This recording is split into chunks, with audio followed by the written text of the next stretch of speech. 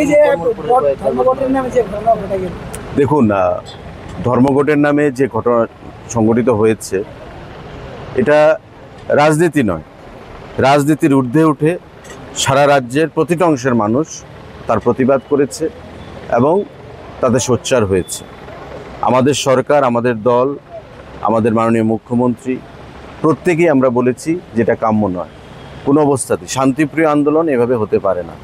সুতরাং এই আন্দোলনের মাধ্যমে এই উশৃঙ্খলতা তৈরি করে, অস্থির পরিবেশ তৈরি করে কখনোই কেউ কারোর লক্ষ্যে এগিয়ে যেতে পারে না।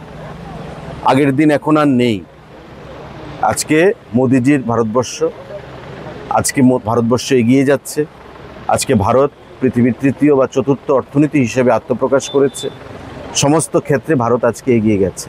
তো আমার আহ্বান থাকবে, যারা এই বিচ্ছিন্নতাবাদী শক্তি বা এই ধরনের অগণতান্ত্রিক চিন্তাভাবনা যাদের মধ্যে রয়েছে, তারা এই সমস্ত ধ্যান ধারণা থেকে দূরে সরে এসে গণতান্ত্রিক ধ্যান ধারণায় বিশ্বাস রাখবে এবং আগামী দিনে এই রাজ্যকে আমরা কি করে এগিয়ে নিয়ে যাব। এবং আমরা বিশ্বাস করি যে যারা শুভবুদ্ধি সম্পন্ন মানুষ তারা কখনো এই ধরনের ঘটনাকে সমর্থন করতে পারে না, আমরাও সেটা করি না।